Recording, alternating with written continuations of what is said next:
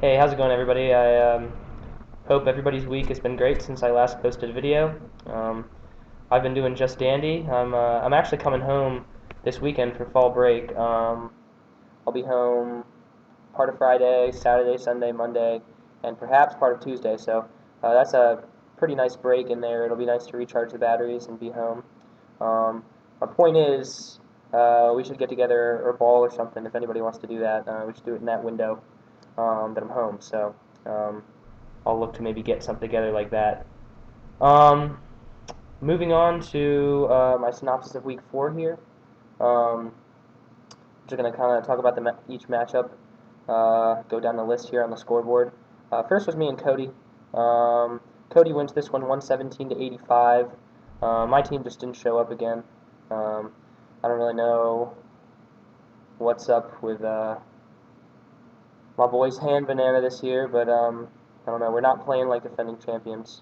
I want to blame it on injuries, maybe a bad draft, but I think it's probably just poor managing and a lot of, I don't know, lack of performance. So I don't know at what point in the season I'll decide to scrap everything and start rebuilding and looking ahead to next year. But that's probably not too far around the corner. So yeah, that was a showdown between winless teams. So Cody moves out of the cellar at 1-3. And I am officially the last winless team in the league, so whoopee. Next matchup was Jeremy and David. The Snowman came out of this one. David with 80 points was our low score of the week. That's pretty high. I feel like our Snowmen are usually a little bit lower than that, so perhaps that's a bit hard to swallow for David, especially since he isn't known for his offensive firepower to get 80 points and get the Snowman, but it happens. Jeremy does just enough there to get the win. Next one is Al and Wayne. Al takes this one 97 to 89. Wayne is finally going to be able to start playing Arian Foster here, so I know he's looking forward to that.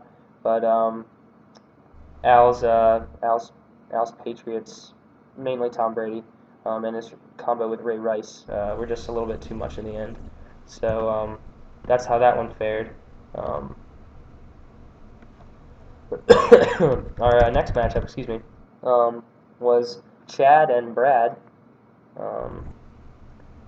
Chad really a great performance this week. Had a big game from Michael Vick, and big game from Matt Forte as well. Calvin Johnson, as usual, with his 2 touchdowns. You can pretty much count on that these days. So yeah, Chad with a strong 133-point showing. Brad did not do too poorly either. A 100-point performance, gets into triple digits.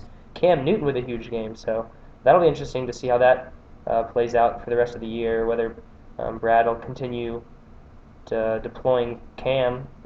He's having a monster rookie season so far. I'll be the first to admit that I didn't see that coming. So yeah, that'll be interesting to follow. But yeah, great showing from Brad there. From Chad, I mean, as he takes that victory. In our matchup of the week, we had Walter and Mason. This one turned out to be a real fireworks show. I knew it was going to be close. I knew it was going to be high scoring, but this just pretty much blew all my expectations out of the water. Walter led by an absolutely monster performance by Aaron Rodgers, 53 points. I never thought I'd see any fantasy performance like I saw Michael Vick have last year against the Redskins, but this is about as close as you can come without exactly duplicating Vick's performance. 4 passing touchdowns, 2 rushing touchdowns, without an interception, and it would have been 55. That was a monster game from Rodgers. Walter also some clutch managing there at the end. He had me log on and switch Beanie Wells in for Anquan Bolden, and that turned out to be a huge call because Beanie went for 31. So good managerial call there by Walt, and that ends up being the difference. Mason was down by a lot heading into that Sunday night game, but the Ravens' defense went for 29. And, I don't know about you guys, but that was probably the most ridiculous football game I've ever watched.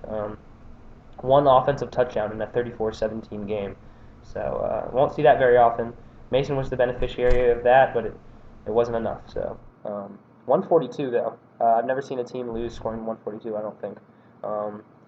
For Walter's win though, 151 to 142, he gets the crucial beast. I believe, and somebody can check if they're not lazy like I was. But I believe this is the first game where we've had 2 teams in the 140s. So Great job to both Walter and Mason. Whoever won this was going to pretty much get a crucial piece, so congratulations, Walter. He goes to 3-1 and takes control of the David division. All right, let's look at next week. I'm taking a long time here, so I'm going to speed this up. My predictions for this coming week are Walter. I think he's going to beat me down, no question about that. Mason beats Wayne, but I think that one will be pretty close. I'm going to go Cody versus David in what looks to be our ugliest matchup of the week. I'm going Brad over Jeremy. I keep riding Brad's upset train. It's kind of paying off for me sometimes, not so much other times, but I think the Mighty Mutts will take down Red Dawn this week. And then in our matchup of the week, Chad versus Al, I'm going to go Chad here. Chad had a strong showing last week, and the Patriots are playing the Jets. So I think that Chad will be able to squeak by Al's team, even though Al's team is looking good recently. Those are my predictions for this week. I think I'll get the Snowman, make it 3 out of 4 weeks. I really hope that I'm wrong in that regard, but just being realistic here. I'm starting Brandon Jacobs and either Dexter McCluster or Isaac Redmond, so it won't be pretty, that's for sure. Regardless, I hope everybody has a fantastic weekend, enjoys watching some football. Like I said, I'll be home, so hopefully I'll either see some of you at church, maybe we can get together and ball or something. All right? Take care, everybody.